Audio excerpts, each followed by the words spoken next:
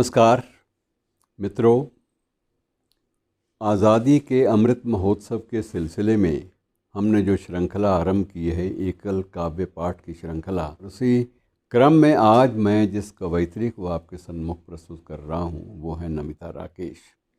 नमिता राकेश का संबंध वैसे राजभाषा विभाग से भी है, लेकिन उनकी कृतियाँ और उनको मिले सम्मानों की श्रृंखला बहुत ही प्रभावी है। प्रकाशित पुस्तकों में हिंदी, पंजाबी, उर्दू, इन सभी भाषाओं में गज़ल और अन्य कुछ कविताओं के जो संकलन हैं वो भी आ चुके हैं और उर्दू काउंसिल दिल्ली ने भी उनकी सराहना की है। अन्य जो सम्मान उनको मिले हैं उनमें हरियाणा साहित्य अकादमी, हरियाणा उर्दू अकेडमी और राष्ट्रभाषा गौरव सम्मान, महादेवी वर्मा सम्मान और इसी क्रम में राष्ट्रीय शिखर सम्मान, बहुत सारे ऐसे सम्मान हैं जो उनको अब तक मिल चुके हैं। वो सम्मानों की संख्या इतनी ज़्यादा लंबी है कि उन्हें पढ़ना भी कोई ज़्यादा आपके लिए भारी होगा उस सबको सुनना, क्योंकि उपलब्धियां जब दर्ज करने पे कोई भी साहित्यकार आता है तो वो कोई कसर नहीं छोड़ता। निरंतर सृजनशील हैं, इसमें कोई संदेह नहीं है। और आज उनको एकल कविता पाठ के लिए मैं निमंत्रित करते हुए गौरवान्वित महसूस कर रहा हूँ और आपसे आग्रह, कृपया कविताओं के माध्यम से उनसे मिलिए। धन्यवाद।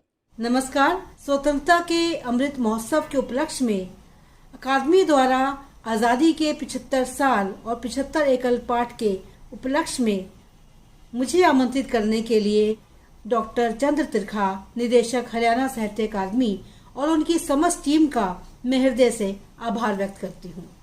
अपने एकल पाठ में सबसे पहले मैं 4 पंक्तियाँ प्रस्तुत करना चाहती हूँ। देखिएगा कि नए दौर में नए रंग में ढलना नहीं आया, नए रंग में नए दौर में ढलना नहीं आया, तितली की तरह मुझको बदलना नहीं आया, काम सभी करती हूँ खामोशी से मैं अपने, काम सभी करती हूँ खामोशी से मैं अपने, मौजों की तरह सिर्फ उछलना नहीं आया।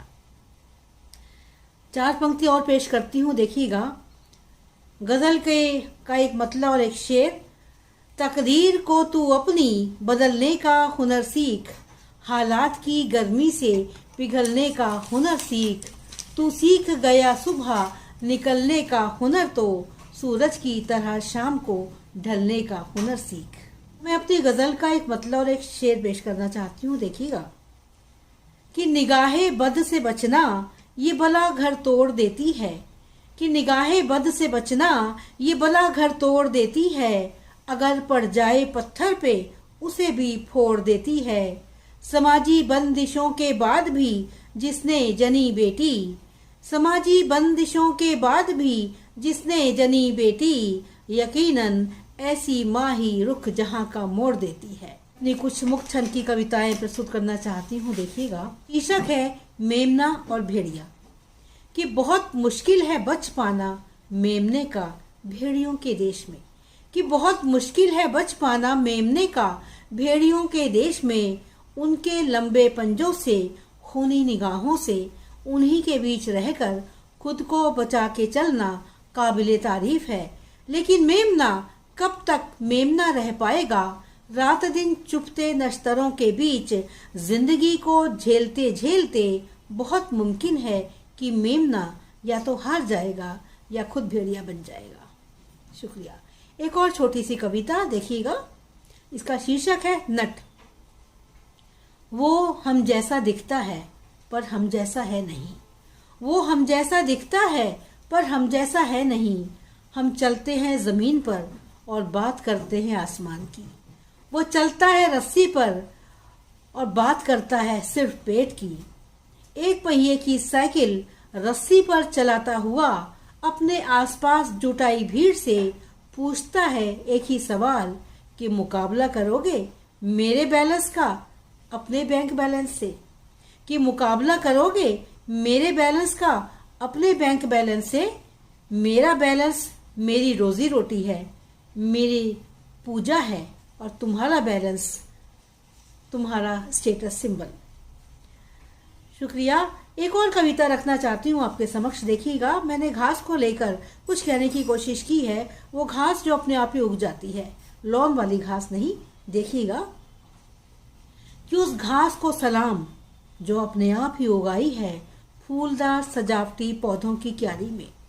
उगी है, गड़ी है, खड़ी है, अड़ी है बहुत बहादुरी के साथ, जबकि वो जानती है कि किसी भी क्षण माली की तेज खुरपी उसे जड़ से उखाड़ फेंकेगी, क्योंकि तेजी से बढ़ते हुए उसका कद बराबरी करने लगा है फूलदार सजावटी पौधों की, और उन फूलों को भी खतरा होने लगा है घास के वजूद से।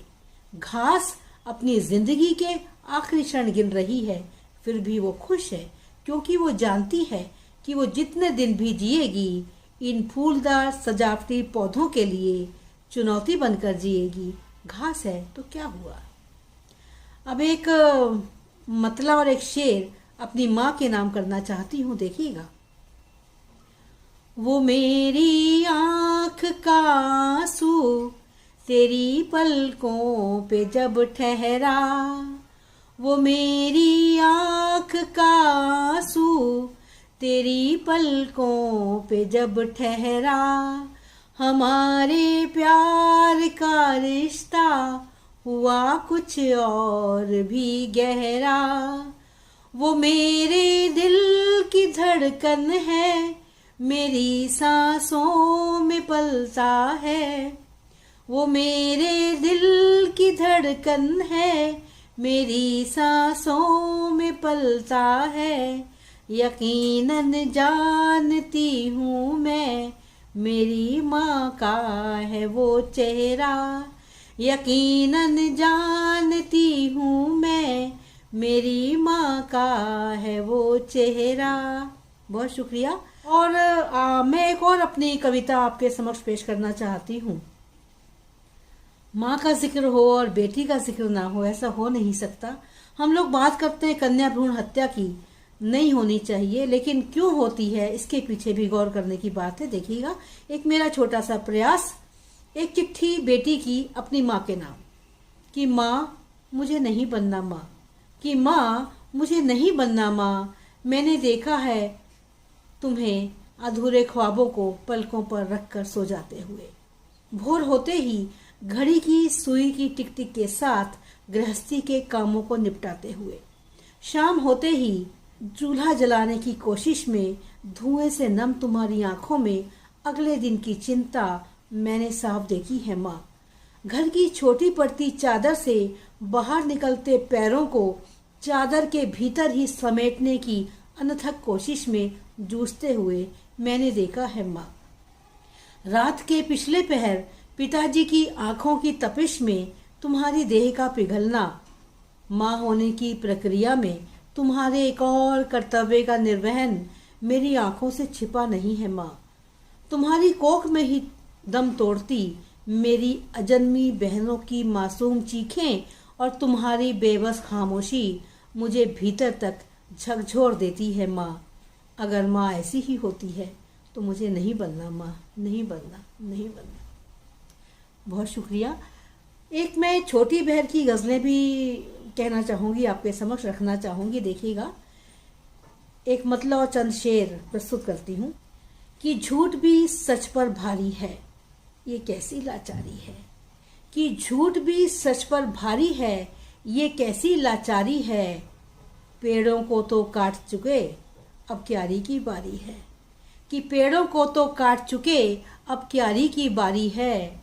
और एक पल उसको सोचा था, कि एक पल उसको सोचा था, अब तक एक खुमारी है। और प्यार तुम ही से है लेकिन, प्यार तुम ही से है लेकिन, कहने में दुश्वारी है। और धीरे धीरे बोल ज़रा, धीरे धीरे बोल ज़रा, माँ की पहरेदारी है। और उसकी बातों में मता, उसकी बातों में मता, वो तलवार दुधारी है। और एक पल उसको सोचा था, अब तक एक खुमारी है। बहुत शुक्रिया।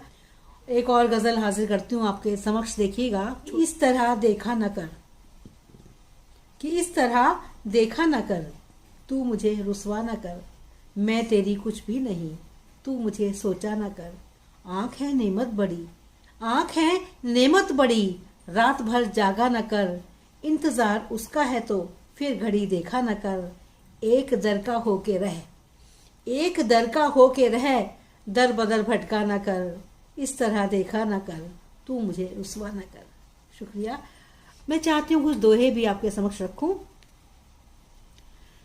सारे दुख सहती रहे, कहे न मुख से पीर।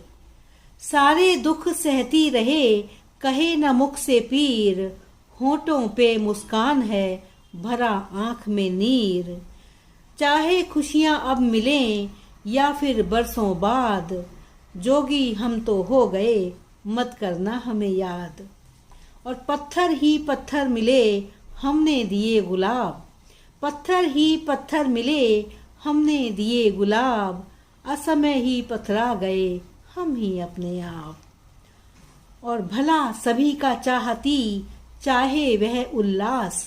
भला सभी का चाहती, चाहे वह उल्लास। एक डोर में बांधती, कुलवधू घर की लाज। एक डोर में बांधती, कुलवधू घर की लाज। वैलेंटाइन डे पर मुझको दिया गुलाब, कि वैलेंटाइन डे पर मुझको दिया गुलाब। अनजाने ही दे गया, जाने कितने ख्वाब। अनजाने ही दे गया, जाने कितने ख्वाब। एफबी पर बैठे रहें, ना करते हैं बात। एफबी पर बैठे रहें, ना करते हैं बात। सौतम तब अखबार था, अब टीवी की जात, अब मोबाइल की जात। शुक्रिया। और मैं चलते चलते एक मुक्तक से अपनी बात ख़त्म करूंगी। देखिएगा कि कैसे कैसे गुल खिलाता जा रहा है आदमी। आदमी से दूर होता जा रहा है आदमी। आदमी की आदमियत पर भरोसा क्या करे, अपनी हस्ती खुद मिटाता जा रहा है आदमी। अपनी हस्ती खुद मिटाता जा रहा है आदमी। बहुत शुक्रिया। आज के इस एकल पाठ में मुझे आशा है कि आपको मेरा काव्य पाठ पसंद आया होगा।